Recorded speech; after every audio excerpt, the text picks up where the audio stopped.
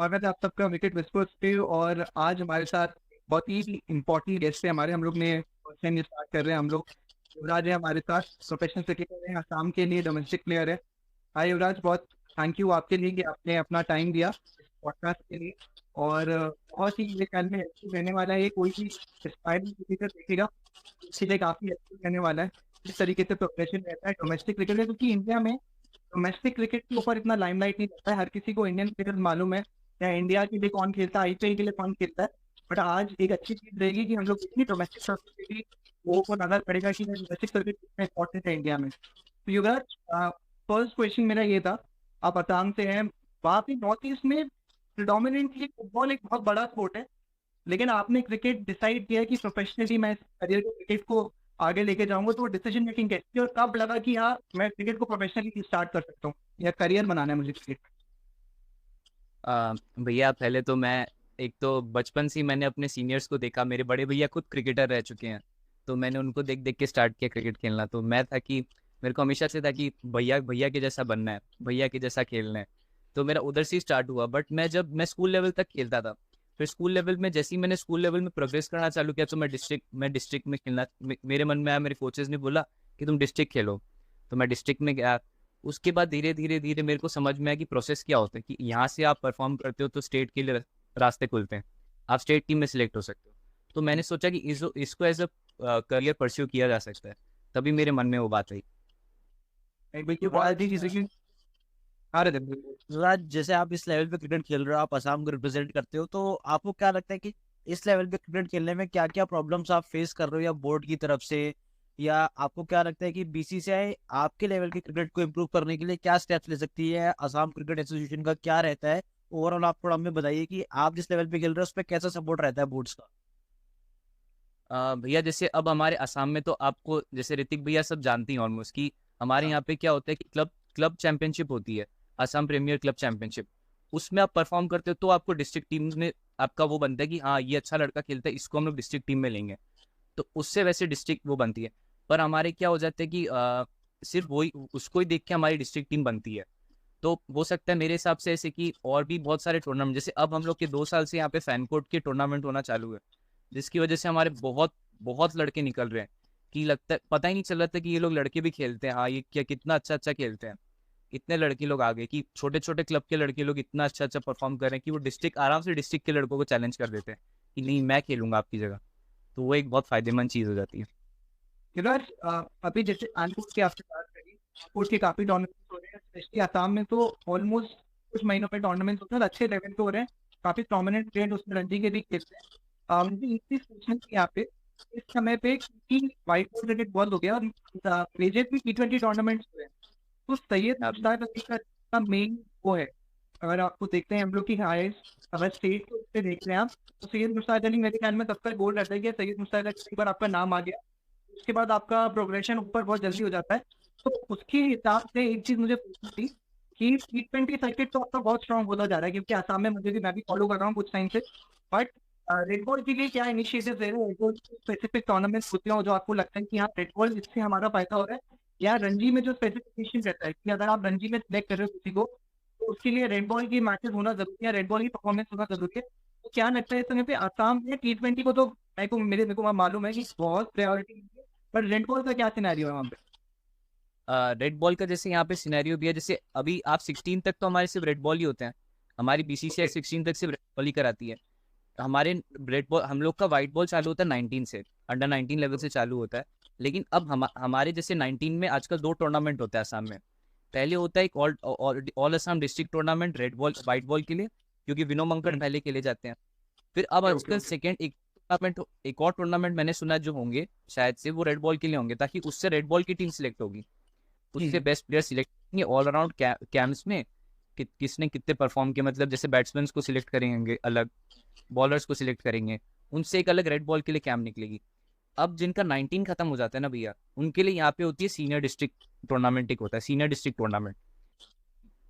अब इनमें जो परफॉर्म करते हैं, जो बैट्समैन इनमें रन स्कोर करते हैं, जो इसमें 5 विकेट ले रहे हैं, बॉलर जो परफॉर्म कर रहे हैं, अब उन लोग के लिए अब एक मेन कैंप होता है, सीनियर कैंप। तो रेड बॉल की हम लोग के प्लेयर्स जो है वो इस टूर्नामेंट से डिसाइड की जाती है कि हाँ ये लड़के हैं। तो हमारा सीनियर डिस्ट्रिक्ट बहुत मेजर एक वो बढ़ जाता है।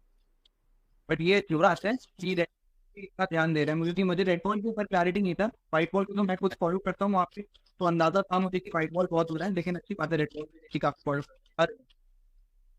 युवराज, जैसा ऋतिक ने पूछा कि T20 क्रिकेट ओवरऑल पूरे वर्ल्ड में, इंडिया में हम लोग इतनी फॉलो करते हैं, इतनी ज्यादा लीग्स होने लगी है, तो एज अ क्रिकेटर जैसे आप भी ये चीज महसूस करते हो कि अब लोगों का मतलब माइंडसेट आईपीएल को लेके ज्यादा ब्रॉड हो गया, बजाय कि मेरे को रेड बॉल क्रिकेट में इतना नहीं पार्टिसिपेट करना है, आईपीएल में ज्यादा फेम है, ज्यादा पैसा है, ज्यादा जल्दी लाइमलाइट आती है, सारी चीजें आईपीएल में बढ़िया है एज अ क्रिकेटर।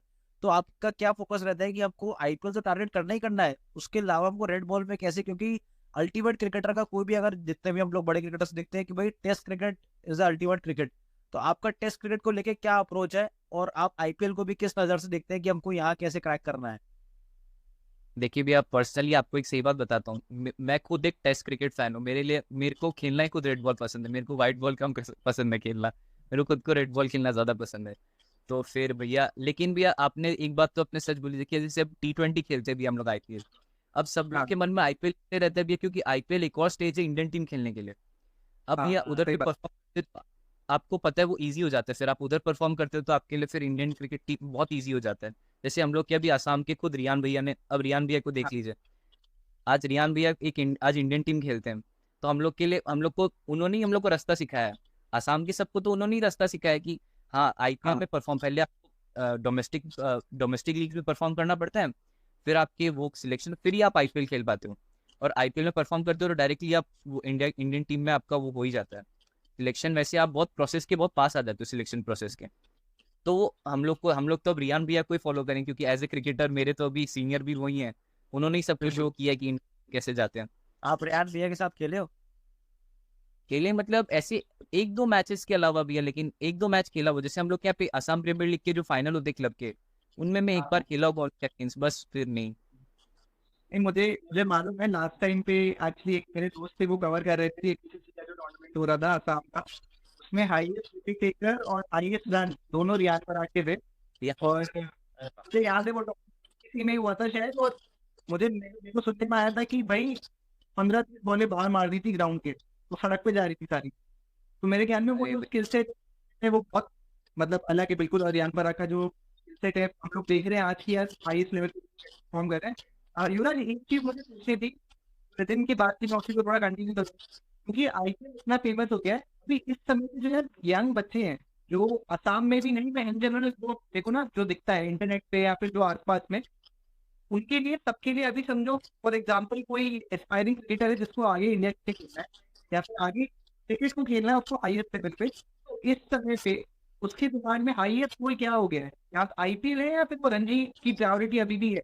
कहने का मतलब है कि डोमेस्टिक क्रिकेट है कहीं ना कहीं उसकी, आपको लगता है ऐसा कि इस समय पे जो यंग बच्चे आ रहे हैं उनके लिए आईपीएल ज्यादा इंपॉर्टेंट हो गया है बजाय डोमेस्टिक क्रिकेट के? या विजय कोई भी क्रिकेट का बोलूं डोमेस्टिक, उसके ऊपर क्या पॉइंट ऑफ व्यू? भैया देखिए, एज ए क्रिकेटर भैया, अब जैसे भैया ने भी बात बोली कि अब हो गया है कि सबके, भैया एज ए क्रिकेटर मेरे भी माइंडसेट अभी यही चल रहा हो कि नहीं, अगर मैं खेल सकता हूँ एज ए क्रिकेटर, मेरे को डोमेस्टिक में मेरे लिए हाईएस्ट लेवल ऑफ प्लेइंग तो मेरे लिए रणजी ट्रॉफी होगा, कि रणजी हाँ ट्रॉफी खेलना है as a player, domestic player.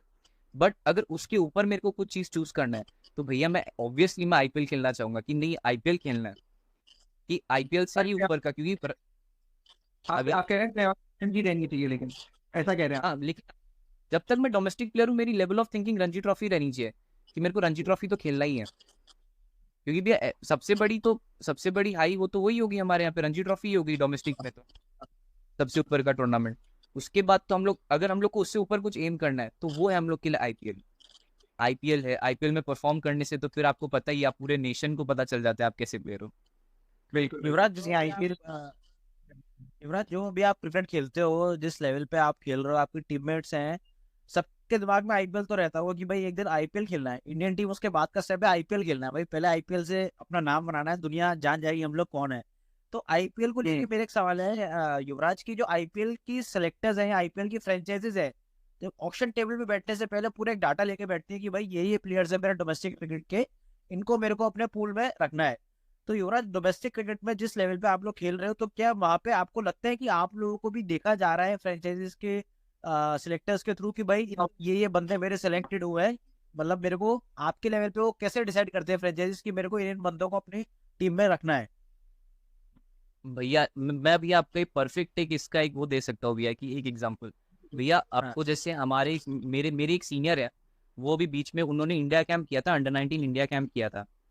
तो भैया मेरे को एज एक कोच से सुनाई में आता है कि उनने हमारे यहाँ पे डिस्ट्रिक्ट परफॉर्मेंस में उन्होंने मतलब हमारे यहाँ पे 4 कंसिक्यूटिव सेंचुरीज मारी थी।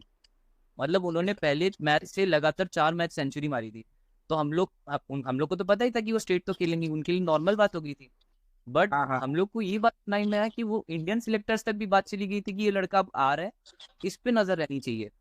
हम लोग को ये तक कोचेस ने बता दिया कि उन उन बीसीसीआई एसीए से बीसीसीआई तक बात ये चली गई थी कि नहीं, ये एक लड़का आ रहा है, इस पे नजर होनी चाहिए क्योंकि ये बहुत अच्छे फॉर्म में चल रहा है।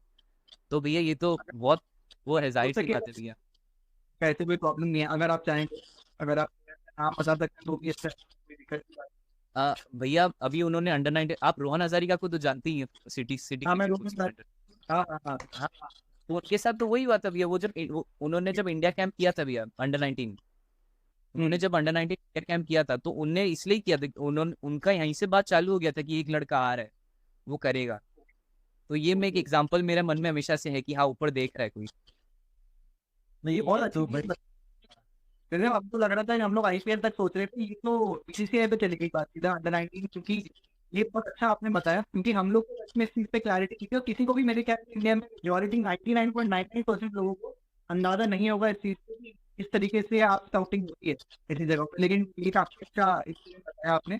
इस समय पे बिकॉज आसाम में क्रिकेट जिस तरीके से बढ़ रहा है, मतलब मैंने देखा है कि पहले नहीं था, जब जब से मेरे ख्याल से देवजीत साइकिया भी वहाँ पे रहे हैं जो बीसीसीआई का काफी क्रूशियल स्टेक होल्डर है, उनके आने के बाद से यहाँ पे टीम जनरल जब से रियान ने खेला या उमा छेत्री ने भी, मैंने टूर्नामेंट जीपीएल वुमेन्स किया था आपके टूर्नामेंट से पहले, उसमें उमा छेत्री भी थी।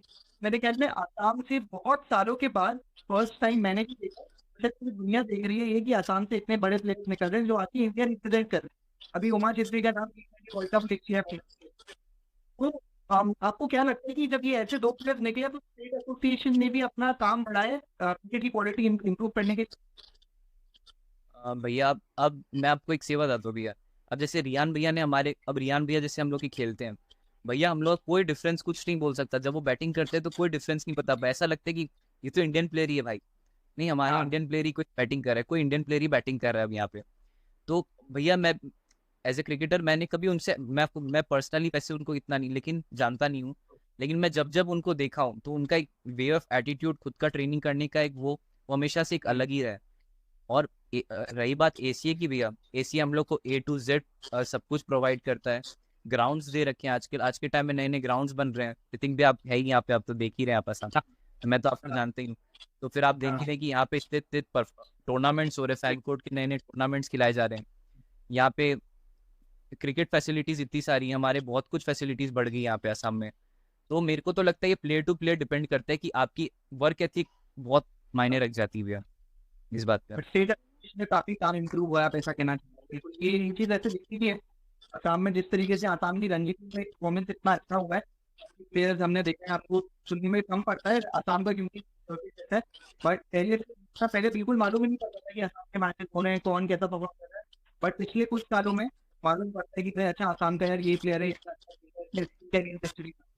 मेरे ख्याल में ये बहुत अच्छा इनिशिएटिव है जो आसाम क्रिकेट दे रही है। युवराज, हमारे जाते जाते दो सवाल है मेरे पास आपसे छोटे से, कि आपको ऐसा कौन सा प्लेयर अभी लग रहा है इर्द गिर्द आपके, या फिर जो अभी जल्द से जल्द इंडिया क्रैक कर सकता है? और दूसरा सवाल मेरा छोटा सा भी, करंट इंडियन टीम में आपका फेवरेट क्रिकेटर कौन है जो अभी खेल रहे हैं, जिसको आप फॉलो करते हो, जिसका जो आपका रोल मॉडल है? आप ज्ञान तक नहीं, हाँ भैया, हाँ मैं कह रहा हूँ नहीं, आप किसी का भी नाम लो जो अभी खेल रहे हैं, लेकिन लेकिन करंट इंडियन क्रिकेटर हो कि भाई जिसको आप फॉलो करते हो, तो ये मेरा फेवरेट है।